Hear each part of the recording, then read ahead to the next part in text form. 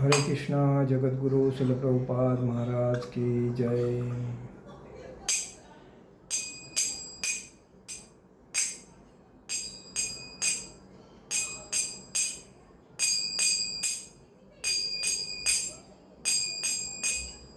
जय राधा माधव कुंज विहारी।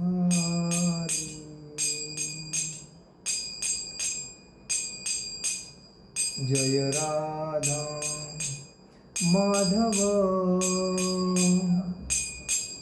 कुंज विहारी।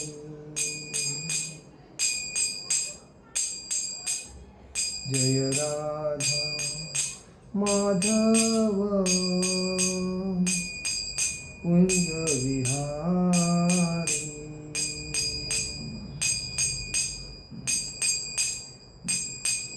गोपीजन वल्लभ गिरिवरधारी। गोपीजन वल्लभ गिरिवरधारी। यशोदानंदन व्रज जन रंजन। यशोदानंदन व्रज जन रंजन। यमुना तीरा वनचारी। यमुना तीरा वनचारी। जय राधा माधव कुंज विहारी।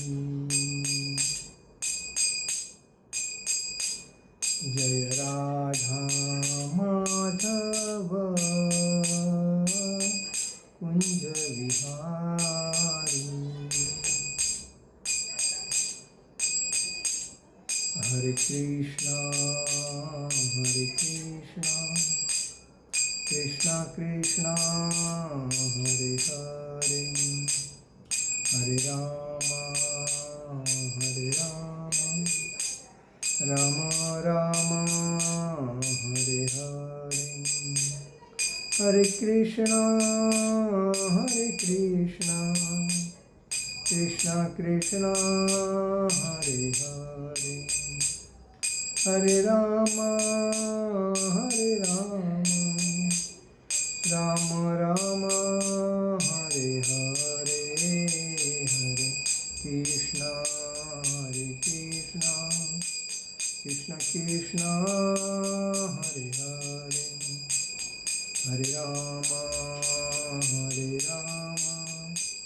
राम राम हरे हरे। जय ओम विष्णुपाद परमहंस परिव्राजकाचार्य अष्टोत्तर शताभय चरणारविंद भक्ति वेदांत स्वामी शिल प्रभुपाद महाराज की जय। जय ओम विष्णुपाद परमहंस परिव्राजकाचार्य अष्टोत्तर शतशिल भक्ति सिद्धांत सरस्वती ठाकुर शिल प्रभुपाद महाराज की जय। जय ओम विष्णुपाद परमहंस परिव्राजकाचार्य अष्टोत्तर शतशिल गौर किशोर जी बाबा जी महाराज की जय। नित्य लीला प्रविष्ट जय ओम विष्णुपाद परमहंस परिव्राजकाचार्य अष्टोत्तर शतशिल भक्ति विनोद ठाकुर शिल प्रभुपाद महाराज की जय। जय ओम विष्णुपाद परमहंस परिव्राजकाचार्य अष्टोत्तर शतशिल जगन्नाथ जी बाबा जी महाराज की जय। जय ओम विष्णुपाद परमहंस परिव्राजकाचार्य अष्टोत्तर शतशिल छठगो स्वामी शिल प्रभुपाद श्री रूप सनातन भट्ट रघुनाथ श्री जीव गोपाल भट्ट दास रघुनाथ छठगो स्वामी शिल प्रभुपाद महाराज की जय। अनंत कोटि वैष्णव वृंद की जय। नामाचार्य शिल हरिदास ठाकुर की जय। प्रेम से कहो श्री कृष्ण चैतन्य प्रभु नित्यानंद श्री अद्वैत गदाधर शिवासादि गौर भक्त वृंद की जय। श्री श्री राधा कृष्ण गोप गोपीनाथ श्याम कुंड राधा कुंड गिरी गोवर्धन की जय। मथुरा वृंदावन धाम की जय। मायापुर नवदीप धाम की जय। नदिया धाम की जय। द्वारका धाम की जय। अयोध्या धाम की जय। बद्रीनाथ धाम की जय। रामेश्वरम धाम की जय। गंगा माई की जय। यमुना माई की जय। तुलसी महारानी की जय। भक्ति देवी की जय। हरिनाम संकीर्तन की जय। समवेद भक्त वृंद की जय। समवेद भक्त वृंद की जय। समवेद भक्त वृंद की जय। All glories to assembled devotee, all glories to assembled devotee, all glories to assembled devotee. Shri Shri गुरु गौरांग की जय। निताई गौर प्रेमानंदे हरि हरि बोल। ओम नमो भगवते वासुदेवाय। ओम नमो भगवते वासुदेवाय। ओम नमो भगवते वासुदेवाय। नारायणं नमस्कृतं नरो चैव नरोत्तमं देवी सरस्वती व्यासं ततो दयोदीरये। नष्टप्रायेषु भद्रेषु नित्यं भागवत सेवया भगवती उत्तम श्लोके भक्ति भवती नैष्टिकी। कृष्णाय वासुदेवाय देवकी नंदनाय च नंद गोप कुमाराय गोविंदाय नमो नमः। आज के भगवत गीता के अध्याय में आप सभी का मनपूर्वक हार्दिक स्वागत। आज शुरुआत करते हम लोग भगवत गीता के 6वें अध्याय के 5वें श्लोक में आज चर्चा करेंगे। उद्धरेदात्मनात्मानं नात्मानमवसादयेत् आत्मेव आत्मनो बन्धुरात्मेव रिपुरात्मनः। उद्धरेदात्मनात्मानं नात्मानमवसादयेत् आत्मेव आत्मनो बन्धुरात्मेव रिपुरात्मनः। उद्धरेदात्मनात्मानं नात्मानमवसादयेत् आत्मवेहात्मनो बन्धुरात्मेव रिपुरात्मनः। उद्धरेत उद्धार करे, आत्मना मन से, आत्मानम म्हणजे बद्ध जीव को, न म्हणजे कभी नहीं, आत्मानम बद्ध जीव को, अवसादयेत म्हणजे पतन होने से, आत्मा मन एव म्हणजे निश्चयी, ही म्हणजे निसंदेह, आत्मन बद्ध जीव के, बंधु मित्र, आत्मा मन एव निश्चयी, रिपु म्हणजे शत्रु, आत्मना बद्ध जीव। तात्पर्य और अनुवाद श्रील प्रभुपाद महाराज की जय। मनुष्य को चाहिए कि अपने मन की सहायता से अपना उद्धार करे और अपने को नीचे न गिरने दे। यह मन बद्ध जीव का मित्र भी है और शत्रु भी है। तात्पर्य में श्रील प्रभुपाद जी लिखते, श्रील प्रभुपाद महाराज की जय। प्रसंग के अनुसार आत्मा शब्द अर्थ शरीर मन तथा आत्मा होता है। आत्मा शब्द का अर्थ शरीर मन तथा आत्मा होता है। योग पद्धति में मन तथा आत्मा का विशेष महत्व है, क्योंकि मन ही योग पद्धति का केंद्र बिंदु है। अतः इस प्रसंग में आत्मा का तात्पर्य मन होता है। योग पद्धति का उद्देश्य मन को रोकना तथा इंद्रिय विषयों के प्रति आसक्ति से उसे हटाना है।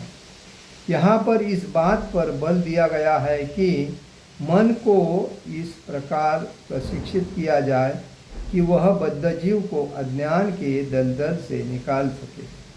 इस जगत में मनुष्य मन तथा इंद्रियों के द्वारा प्रभावित होता है।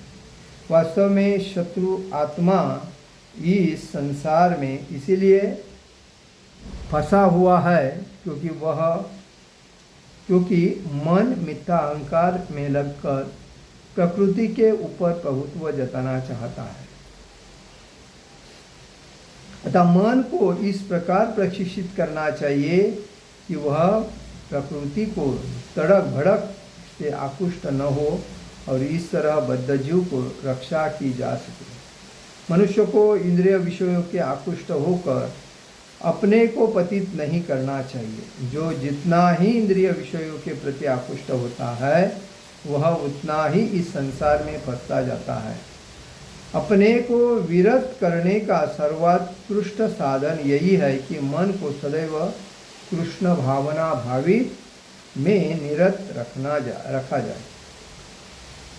ही शब्द इस बात पर बल देने के लिए प्रयुक्त हुआ है, अर्थात इसे अवश्य करना चाहिए। अमृत बिंदु उपनिषद में दूसरे अध्याय में कहा गया है कि मन एव मनुष्याणां कारणं बन्धमोक्षयो बन्धाय विषयासंगो मुक्ते निर्विषयामणा।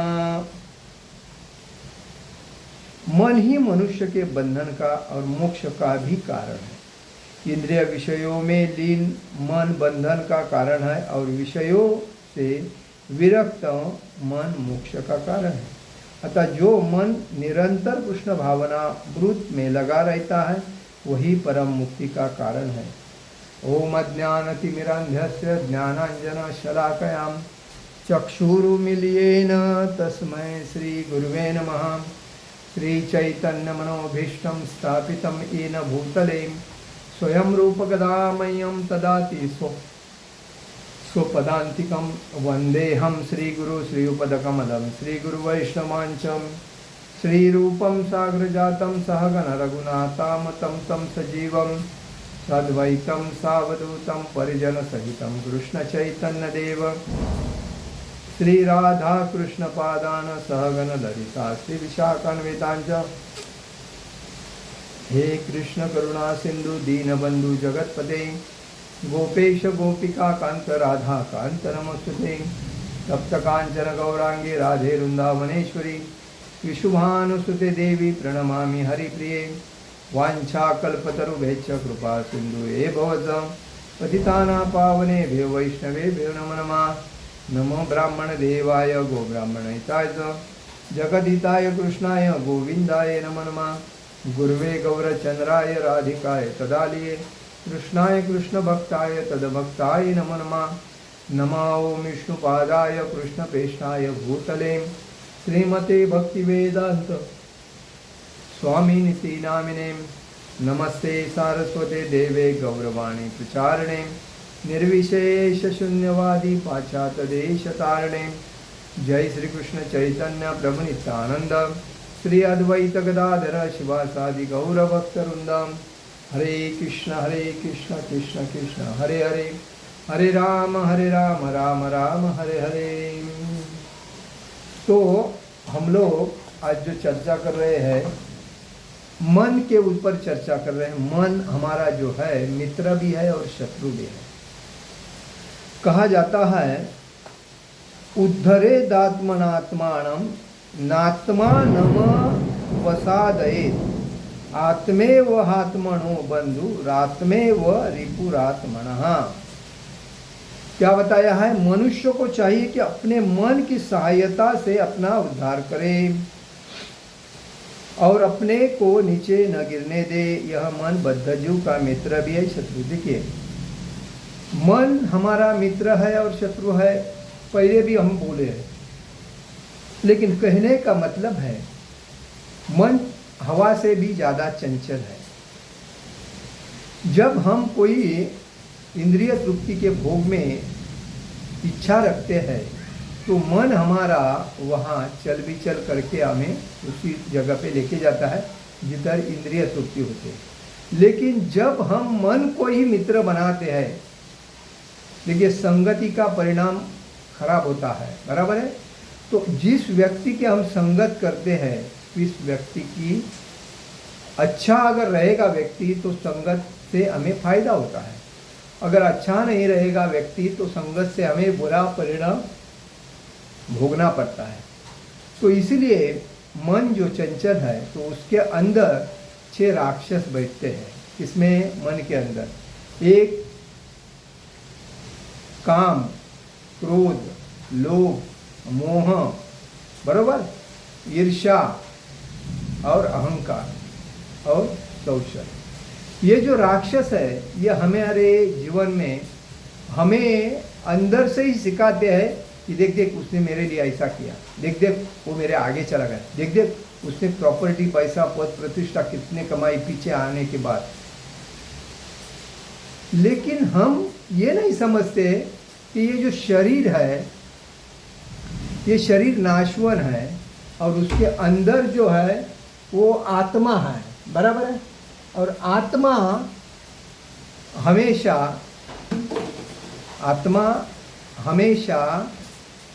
अमर है। वो ना पानी से धोया जा सकता है, ना उसको काटा जा सकता है, ना उसको सुखाया जा सकता है। वो खाली शरीर बदलता है। तो शरीर बदलने का मतलब है हमें भक्ति में ज़्यादा दृढ़ होना चाहिए। और भक्ति में जैसे हम दृढ़ हो जाते हैं तो हमारे जो इंद्रियां है वो ऑटोमेटिक अपने काबू में आ जाती है। जैसा मन चंचल है तो चंचल मन के वजह से हम अगर मन को बोले कि हमें वो नहीं करना है तो मन अपना कंट्रोल में आ जाता है। लेकिन हम मन की बात जब सुनते हैं तो हमें क्या होता है कि मन हमें उधर लेके जाता है। और इसीलिए चंचल जो मन है उस चंचल मन को हमें एकाग्रता से उसको कंट्रोल करना चाहिए। जैसा कि इंद्रिय तृप्ति का कोई विषय आता है सामने तो उसको मन को समझाना चाहिए, नहीं मुझे उससे कुछ लेन देन नहीं, ये बात है। तो ये मन है तो मन को हम मित्र बनाएंगे। जैसा कि हम गलत कार्य नहीं करेंगे, गलत संगति नहीं करेंगे, गलत व्यक्ति के पीछे जाएंगे नहीं, गलत लोगों की नहीं करेंगे, तो वो हिसाब से हमें उसका क्या होएगा, मन को कंट्रोल होएगा। और इसीलिए इसमें बताया है मन ही हमें भगवत धाम लेके जा सकता है या मन ही हमें भक्ति में पतन कर सकता है। और इसीलिए कहा जाता है प्रसंग के अनुसार आत्मा शब्द का अर्थ शरीर, मन तथा आत्मा। ये जो शरीर नाशवन है उसके अंदर जो मन है, ये जैसा घोड़ा गाड़ी चलती है तो उसके इंद्रिया बराबर, जो इंद्रिया है वो उसकी लगाम है और मन घोड़ा है। तो उसको कंट्रोल कौन करता है लगाम देके, तो आत्मा बराबर। तो इसीलिए हमें किसकी बात सुननी चाहिए, आत्मा सुननी चाहिए। और हम जब भी मन का सुनते हैं तो हम हमेशा गड्ढे में जाते हैं, अपयश रुकते हैं, या हमारा भक्ति में पतन होता है और या कोई भी हम अपयश हो जाते हैं। आजकल लोग देखिए मन की बात सुनते हैं, मन की बात सुनने से क्या होता है, मन चल बिचल होता है, चल बिचल होने से आदमी का फॉल डाउन होता है, बराबर है। तो मन को कंट्रोल करने के लिए हमें भक्ति में दृढ़ होना चाहिए। और इसीलिए कहा जाता है तृणादपि सुनीचेन तरोरपि सहिष्णुना अमानिना बाण देन कीर्तनीय सदा हरे। जब हम मन को इस भावना से अगर समझाएंगे, हमारा कोई उद्देश्य नहीं है, हमारा भक्ति करके भागवत धाम जाने का उद्देश्य है। हमारे सामने कितनी सुंदर स्त्री आने दे, कितना उच्च पद मिलने दे, या कितना कोई आमिष पैसे का बताने दे, या कोई कुछ मुफ्त कोई चीज़ दे के अपने को भुलाने का कोशिश करे, हमें उससे कुछ लेन देन नहीं है। हमें भगवान ने जब शरीर दिया था 9 महीने माँ के पेट में, गर्भ में, तो उस टाइम भगवान ने हमें बराबर हमारी हिफाजत की। और अभी भी हमको इस दुनिया में भेजा है तो कुछ उद्देश्य से भेजा है। इसीलिए हमारा पहला मुख्य कर्तव्य है भगवान की पूजा, भगवान की सेवा करना, भगवान की सेवा के बल। बाकी बापू, गोस्वामी, बाकी कोई अजून कोण, हाँ साई, ऐसे ये जो लोग रहते हैं ये भी एक प्रकार के भक्त रहते हैं। और इन भक्त का कोई ऐसा गुरु नहीं होता है जो कृष्ण भावना भावित है। ये खाली मेरे को साक्षात्कार हुआ है ऐसा बोल के लोगों की भावना से खेलते हैं और वो लोगों को आकर्षित करके अपना बिजनेस करते हैं। और उसके साथ जो लोग लगे रहते हैं वो उसमें अपना फायदा करके लेते हैं। इसलिए ऐसे चीज़ों से हमें अलिप्त होना चाहिए। हमें अज्ञान से ज्ञान में जाना है तो हमें ये समझना चाहिए कि पूर्ण पुरुषोत्तम भगवान कृष्ण ही भगवान है। तो उनकी हम अगर सेवा भक्ति प्रचार करते हैं, लीला का आस्वादन करते हैं, तो हमारे जीवन में भक्ति का बीज अंकुरित होता है। अगर उनकी सिवाय अगर हम किसी की भक्ति करते हैं, भगवान राधा कृष्ण के छोड़ के अगर किसी की भक्ति करते हैं, वो हमारे जीवन का अपयश है। और हम हमारा जीवन का टाइम अपना पैसा और अपनी एनर्जी फ्री में गवा रहे हैं, उनके बारे में वो वापस आने वाली नहीं है। और इसीलिए हमें टाइम को महत्व देना चाहिए, क्योंकि जो जीवन का जो एक सेकंड भी जाता है तो वापस नहीं आता है। जैसा कहा जाता है, एक मिनट, एक घंटा, एक दिन या एक महीना, एक साल जब हमारे लाइफ से चला जाता है तो वापस कभी नहीं आता है। तो उसका अगर हमें फ़ायदा अगर लेना है तो हमें क्या करना चाहिए? ज़्यादा से ज़्यादा भगवान के ग्रंथ पढ़ने चाहिए, भगवान के लेक्चर सुनने चाहिए, भगवान के नाम का जप करना चाहिए और भगवान के बारे में ही चर्चा करनी चाहिए। जो हमारा 24 घंटा उसी में अगर लगा रहता है तो इस शरीर के माध्यम से भी हम भागवत धाम जा सकते हैं।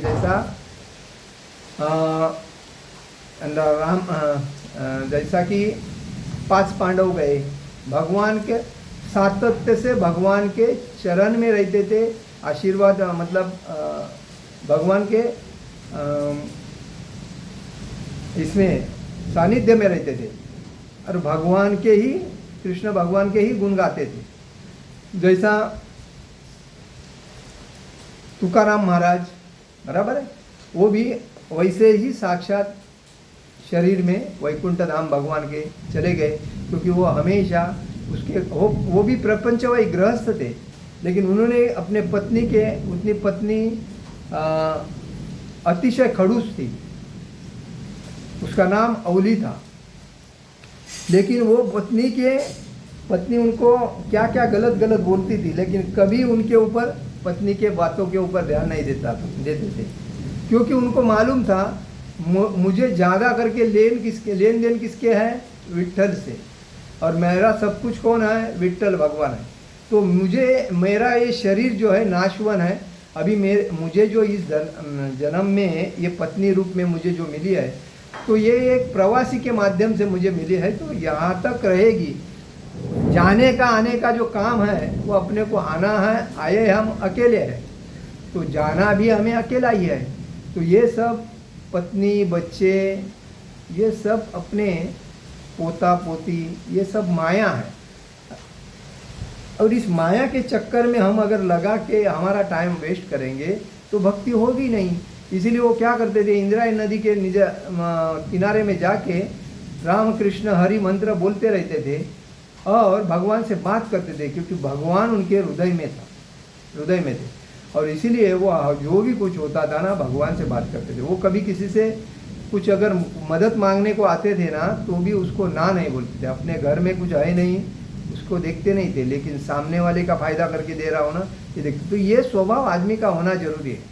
आज लोग सब स्वार्थी हो गए, मन चंचल हो गया, लोगों के मन में जैसा आता है वैसी एंजॉय करने को, हर जगह पे उनको भगवान के भक्त धाम जो है उधर भी इंजॉयमेंट के लिए जाते आते रहते हैं। भक्ति क्या चीज़ है वो समझ के लेते नहीं, किसी के माध्यम से भक्ति क्या है ये समझ के लेके उसमें भक्ति करना चाहिए। आज जवानी कितने साल तक है? 5, 10, 15 साल तक होती है। उसके बाद आदमी अपने पत्नी से भी कंटाल जाता है और उसको लगता है यार मैंने गले में कौन सी माला जवाबदारी की माला डाल के लिया है, तो मैं इससे कभी छूटूं, ऐसा होता है। तो उसके बाद वो भक्ति में आ जाता है व्यक्ति।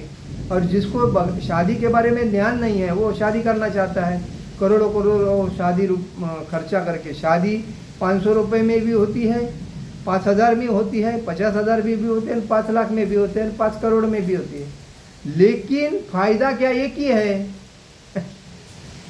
भोग, संसार करना, बच्चे पैदा करना और उनके लिए दिन रात गधे के जैसा मेहनत करना।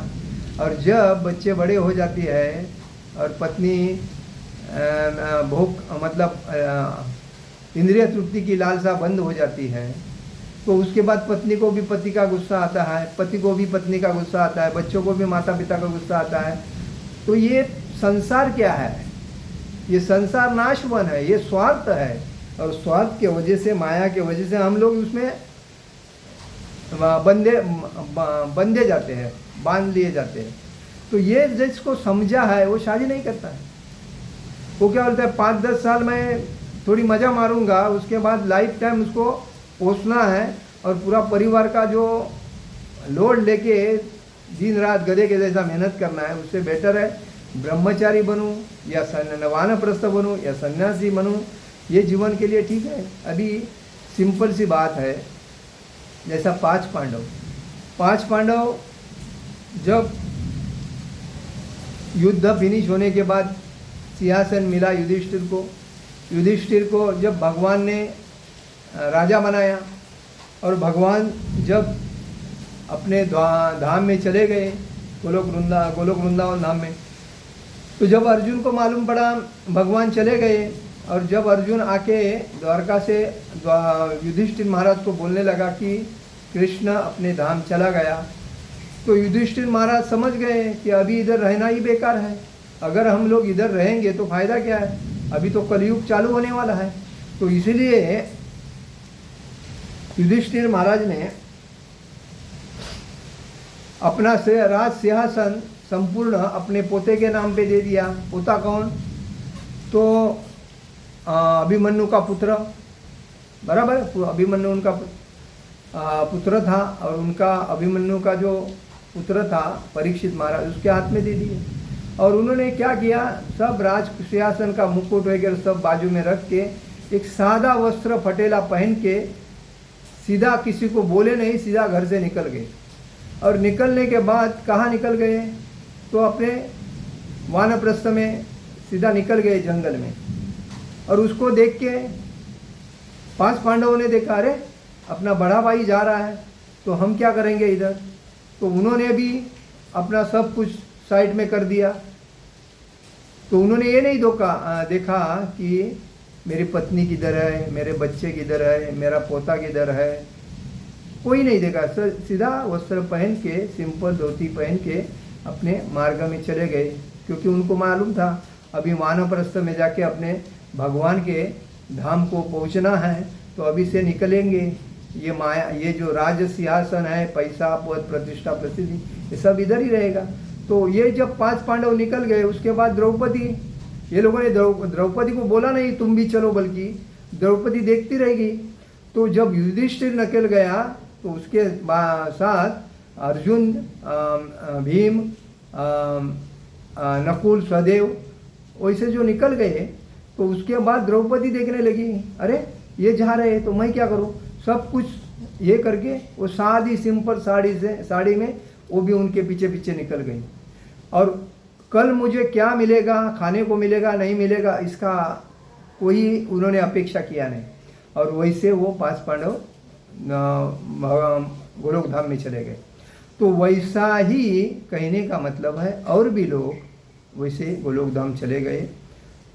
तो कहने का मतलब है, ये जो माया के चक्कर में मन जब चंचल करता है, इसलिए बोलते हैं मन अपना मित्र भी है।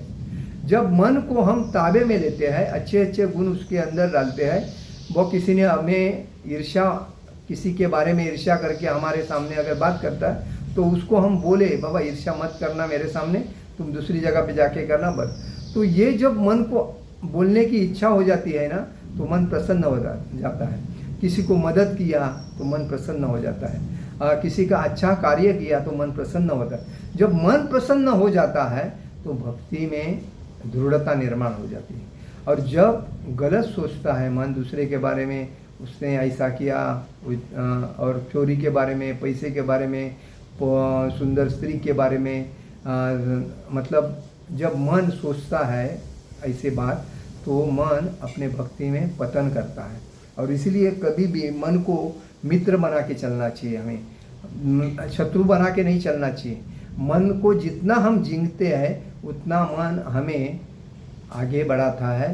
कोई भी मतलब भक्ति में भी और कोई भी क्षेत्र में। आज देखिए जो साधु संत है, उनका भी तो मन है चंचल, लेकिन वो साधु संत कितनी भी सुंदर स्त्री आने के बाद अपने मन को कंट्रोल में रखते हैं। वो कभी उनका मन पतन नहीं होता है, मन चंचल नहीं होता है, और सुंदर स्त्री के पीछे आकर्षित नहीं होता है। जैसा मेनका और विश्वामित्र भी साधु थे, उनकी तपस्या बहुत कठिन थी, लेकिन उनका मन चंचल हो गया। किसको? इसको मेनका को देख के, और वो पतन करके उन्होंने 50 पुत्र पैदा किए। तो कहने का मतलब कभी कभी साधु का भी मन भ्रमिष्ट हो जाता है सुंदर स्त्री के बारे में देख के, क्योंकि इंद्रिय किसी के कंट्रोल में नहीं है, और इसलिए इंद्रिय को जो कंट्रोल करता है उसको स्वामी कहा जाता है। और गो मतलब गोस्वामी, इंद्रिय को जो कंट्रोल करता है उसको गोस्वामी कहा जाता है। इसीलिए मन को मित्र करके जो व्यक्ति भक्ति में तल्लीन रहता है ना, उसका कभी पतन नहीं होएगा। और जो कोई भी चीज़ में अहंकार, ईर्ष्या, क्रोध, लोभ, संशय, द्वेष, दूसरे के बारे में ईर्ष्या करना, ये जो चीज़ है ना, हमें तुरंत बंद करनी चाहिए। क्योंकि हम जब दूसरे के बारे में गलत सोचते हैं ना, तो अपनी एनर्जी समाप्त हो जाती है, हमारा मन कमकुवत हो जाता है, और हम कोई मतलब एक जैसा टिश्यू पेपर होता है ना, उस तरह हमारा शरीर हो जाता है। तो मन की पावर में कभी भी मन को खंबीर बनाना चाहिए। अपने ऊपर कितना भी संकट आता है, कितना भी कोई तकलीफ देता है, कितना भी अपने बारे में ईर्ष्या करता है, जो भी है, लेकिन मन को कंट्रोल करके कठोरता से निर्णय लेना चाहिए उस टाइम। इसीलिए उस टाइम क्या करना चाहिए, वेट एंड वॉच, मतलब मन को खंबीर करना चाहिए और अपन देखते रहना चाहिए, भगवान का नाम लेते अपन आनंद से चलना चाहिए। जब ऐसा करते हैं तो मन प्रसन्न होता है। और जैसा बोलते हैं ना, बादल आते हैं तो बादल आने के बाद ये निकल जाता है, क्या बादल निकल जाते हैं, वापिस धूप आ जाता है। जब धूप के सामने बादल बड़े बड़े बादल आ जाते हैं तो अंधेरा छा जाता है, और जब बादल निकल जाते हैं तो वापिस प्रकाश होता है। वैसा ही मन का है, जब कोई भी तकलीफ हमें कोई होता है तो उस टाइम हमें कंट्रोल मत, इसलिए बोलता है उत्साह निश्चया धैर्या तत्तत् कर्म प्रवर्तना संग त्यागा तते रुद्धि षड्वी भक्ति प्रसिद्धि थी। उत्साह, निश्चय और धैर्य, ये तीन जो चीज़ जिसके अंदर है ना, उसको कभी किसी से ना डरना है और ना किसी चीज़ में मन को पतन करना है। और इसलिए बोलते हैं इधर प्रसंग के अनुसार आत्मा शब्द का अर्थ है शरीर, मन तथा आत्मा। आत्मा मतलब शरीर के अंदर चेतना, जो चेतना होती है, हालचाल, तो सजीव होता है। सजीव का मतलब जिसमें आत्मा है, जो चलता है, फिरता है, घूमता है, बोलता है, नाचता है, खाता है, पीता है, जो भी डांस करता है, ये उसी वजह से होता है। एक जगह से दूसरी जगह पे जाता है, वो चेतना की वजह से, वो आत्मा। और जिस शरीर में आत्मा नहीं है वो उसे क्या बोलते हैं, बॉडी बोलते हैं, बरोबर। तो आत्मा हमेशा अमर है, वो कभी मरता नहीं, वो खाली शरीर बदलता है।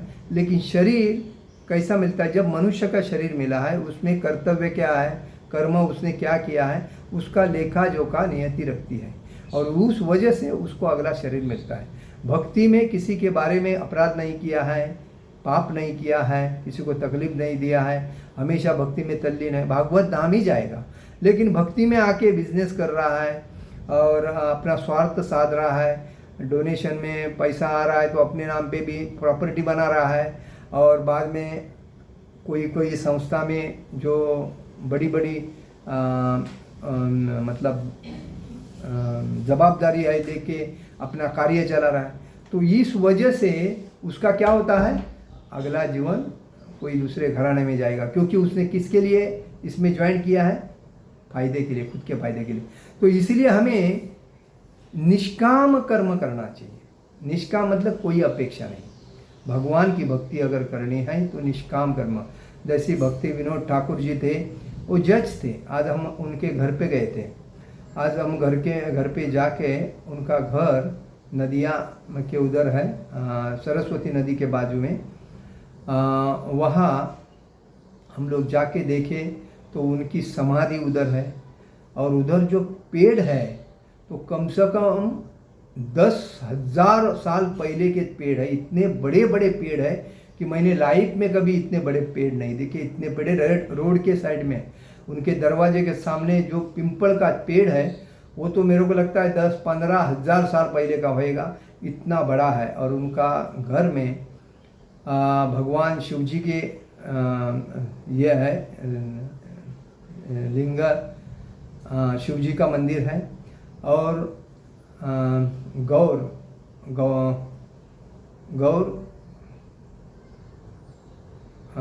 ऐसा है, गौरांगा ऐसा कुछ, ये भगवान के दो, मतलब हम लोग गौर निताई बोलते हैं, तो गौरांगा ऐसा वो दो भगवान के विग्रह है। और दूसरी बात, भक्ति विनोद ठाकुर जी महाराज का जो रूम देखा हमने, उसके बाद उनके रूम के अंदर उनके गुरु महाराज श्रील जगन्नाथ जी बाबा जी महाराज, उनका भी उधर फोटो है।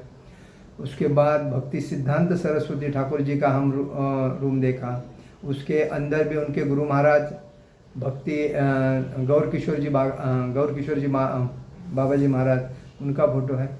अतिशय उत्तम शांत वातावरण में अतिशय उत्तम आनंद। और उसके आगे जाके हम जब उनके मंदिर में गए, जो उधर राधा माधव जी और गौर निताई का मंदिर है, उसमें एक जो गाय थी, वो कामधेनु गाय थी, वो उसका एक्चुअली वो स्टोरी था कि चैतन्य महाप्रभु उस गाय को मिले थे वहाँ प्रत्यक्ष में, और उस गाय को उन्होंने दर्शन देने के बाद वो गाय उधर रहती थी, तो वो गाय का ही हमने दर्शन किया। और उधर घाट भी है, तो वही सबसे जो स्थान है अतिशय उत्कृष्ट है और भक्ति करने लायक है, क्योंकि सभी जगह पे शांतता है और आनंद आता है मायापुर में घूमने के लिए। तो ऐसी बात है। तो हमें ये इसलिए कहा जाता है कि मन हमारा अपने ताबे में होना चाहिए। योग पद्धति में मन तथा आत्मा का विशेष महत्व है। जब योग हम करते हैं तो मन को स्थिर किया जाता है, और स्थिर करने के बाद मन चंचल नहीं होता है। जैसा कि हम लोग आसन में बैठते हैं, तभी मन को एक स्थान में रुका देते हैं और आसन में बैठते हैं, तो इस वजह से मन कंट्रोल में आता है। योग करने से कंट्रोल में आता है और भक्ति करने से कंट्रोल में आता है, क्योंकि मन ही योग पद्धति का केंद्र बिंदु है। अतः इस प्रसंग में आत्मा का तात्पर्य मन होता है। तो आत्मा को मन चल बिचल होने के वजह से आत्मा भक्ति में स्थिर नहीं होता है। आत्मा क्या है? आत्मा भगवान का अंश है, लेकिन जब मन चल बिचल होता है, कितने लोग भक्ति करने के लिए आते हैं, लेकिन मन बोलता है अरे यार बराबर नहीं, क्या करेगा, उधर जाएंगे तो मज़ा आएगा, इधर बराबर नहीं यार, फैसिलिटी नहीं, प्रसाद नहीं मिलता है, कुछ नहीं, देखो मन चंचल हो गया।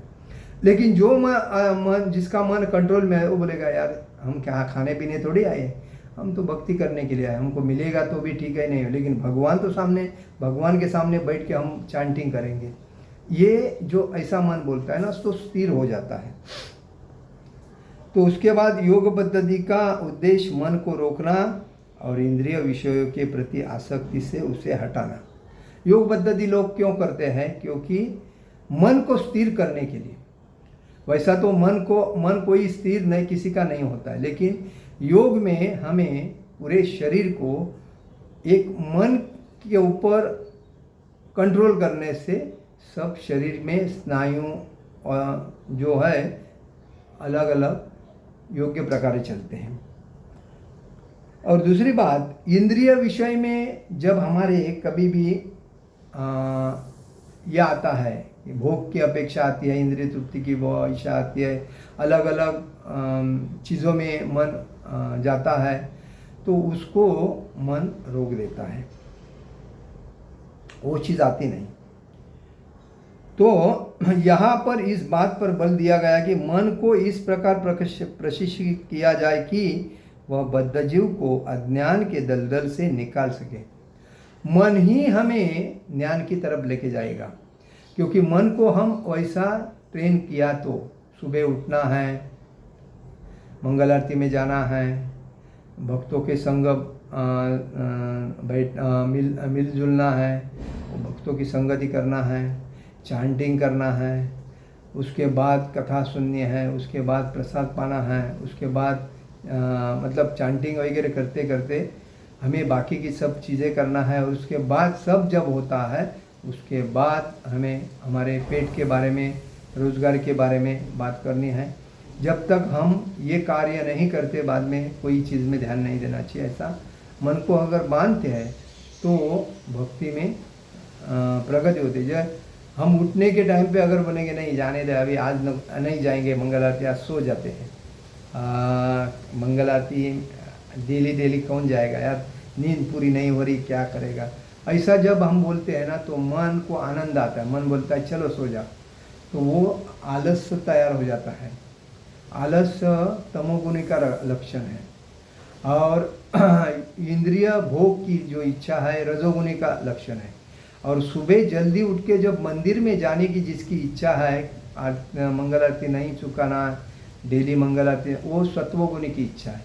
और इसीलिए मन को हमें हमेशा बोलना मतलब एक्टिव रखना चाहिए।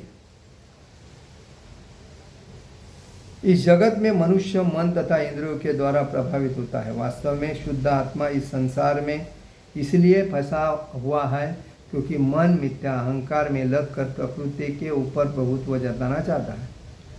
मिथ्या अहंकार जो नहीं करना है उसके लिए हम करते हैं और बाद में हमको मालूम पड़ता है अरे ये मैंने क्या किया, ये नहीं करना चाहिए था।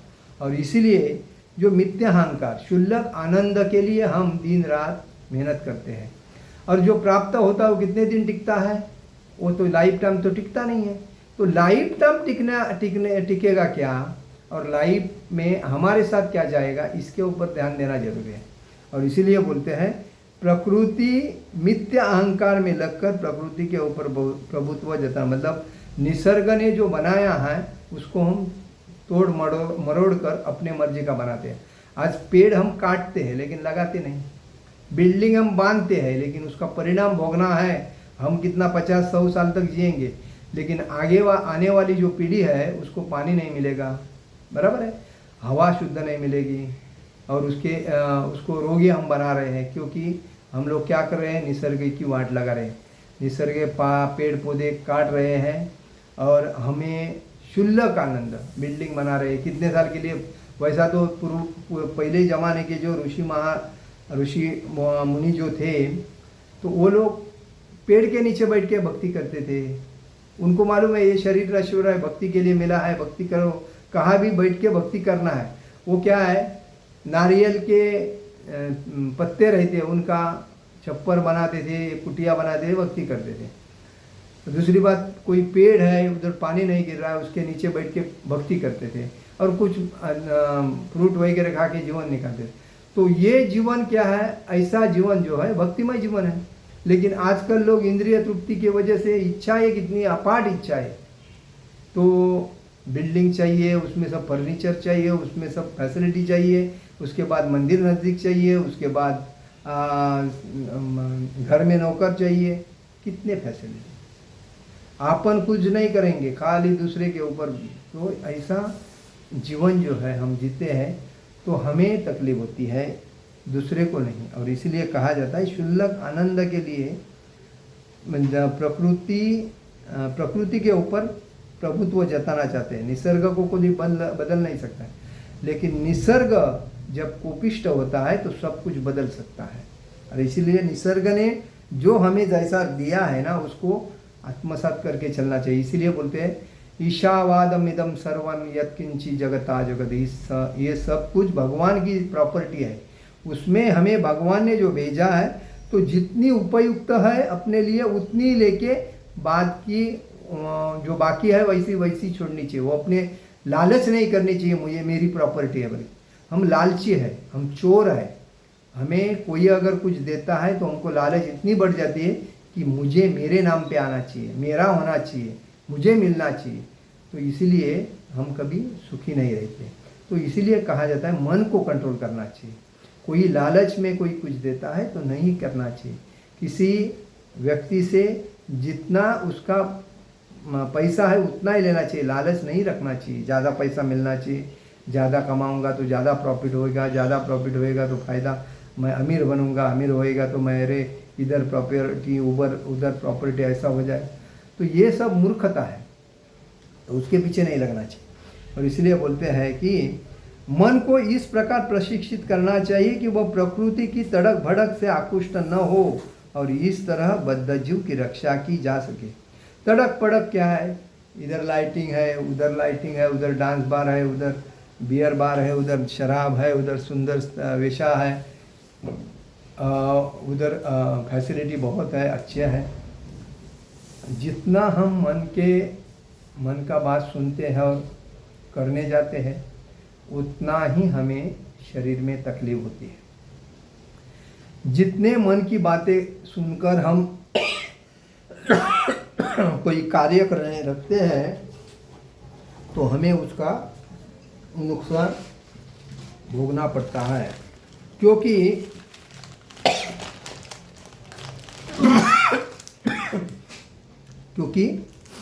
हम मन की बात सुन रहे हैं और उसके पीछे लग रहे हैं। इसलिए हमें कहा जाता है मन को कंट्रोल करना चाहिए।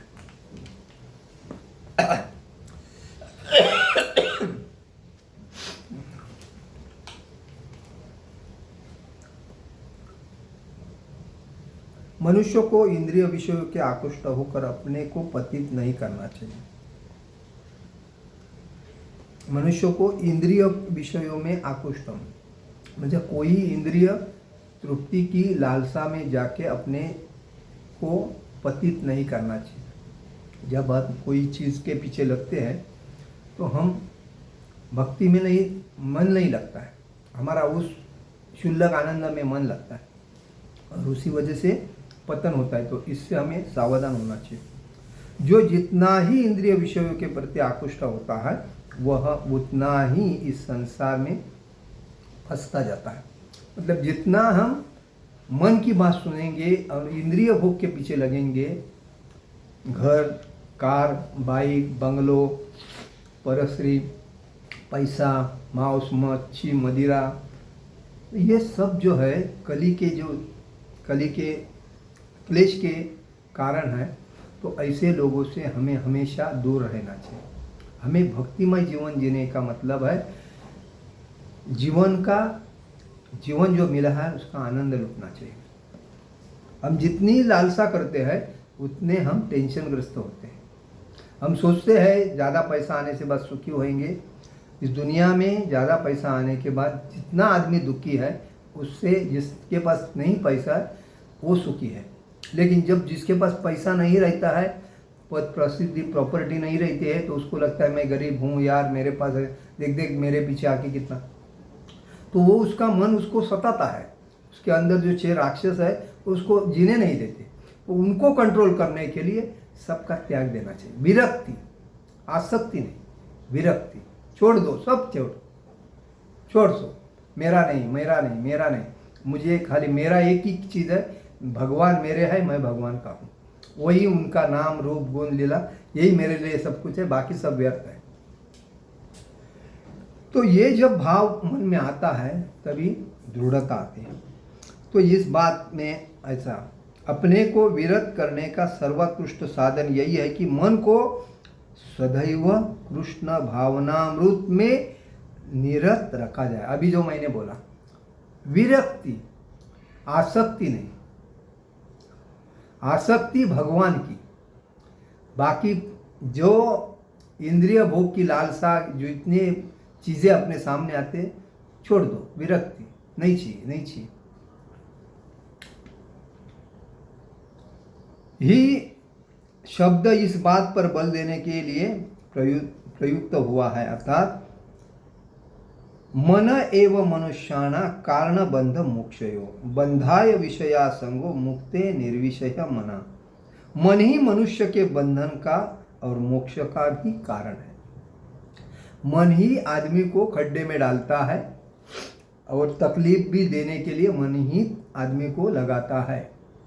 भगवान ने जन्म दिया, हमें इस सृष्टि में भेजा, तभी हमें कोई तकलीफ नहीं दिया था।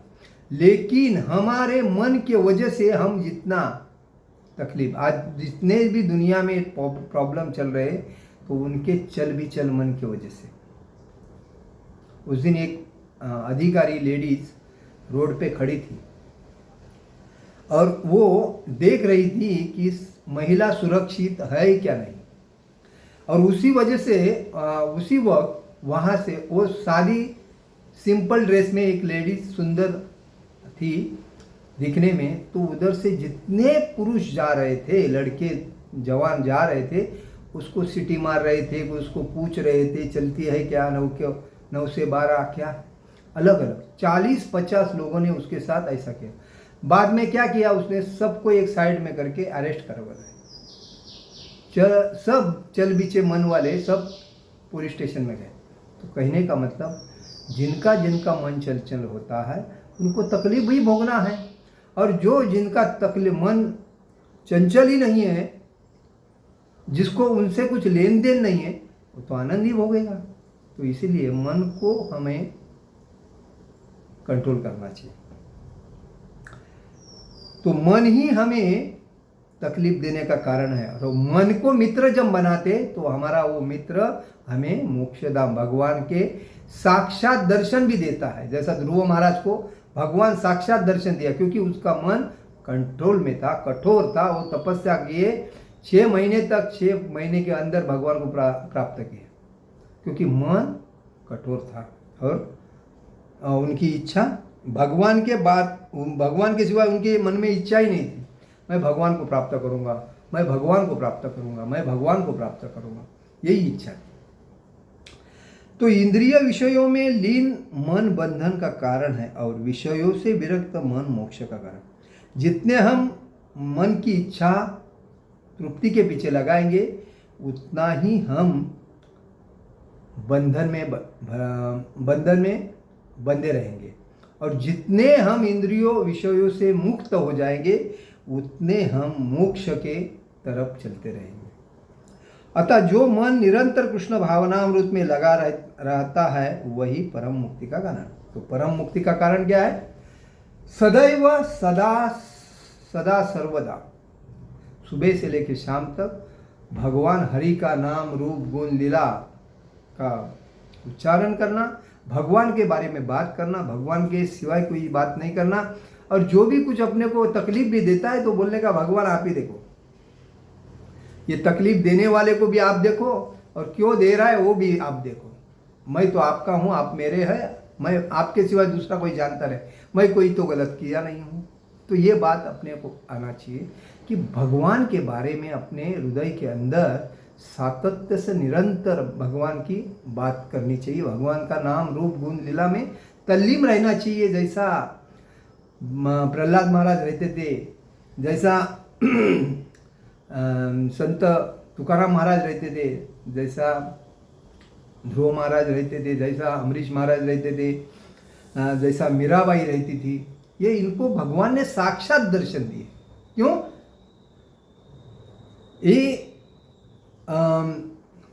भगवान के नाम में तल्लीन हो जाते थे, भगवान के सिवा उनको कोई सोचता नहीं था। और इसीलिए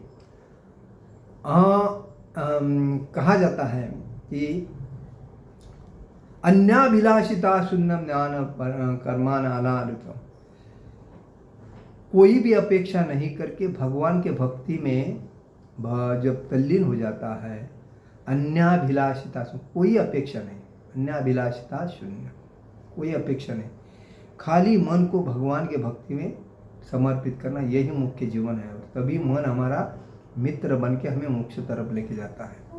तो हमें 4 नियम कठोरता से पालन करने चाहिए, और मन को हमेशा रात को जल्दी सोना, सुबह जल्दी उठना, यह आदत लगानी चाहिए। और मांस मदिरा मच्छी नहीं खानी चाहिए, शराब नहीं पीनी चाहिए, जुआ खेलने वाले और शराब पीने वाले मित्रों के साथ उठना बैठना नहीं चाहिए, भक्तों के साथ उठना बैठना चाहिए, और हमेशा भगवान के नाम का जप करना चाहिए। हरे कृष्ण कृष्ण कृष्ण हरे हरे, हरे राम राम राम हरे हरे। जगत गुरु शिल प्रभुपाद महाराज की जय, परम पूज्य लोकनाथ स्वामी महाराज की जय। निताई गौर प्रेमानंदे, हरि हरि बोल।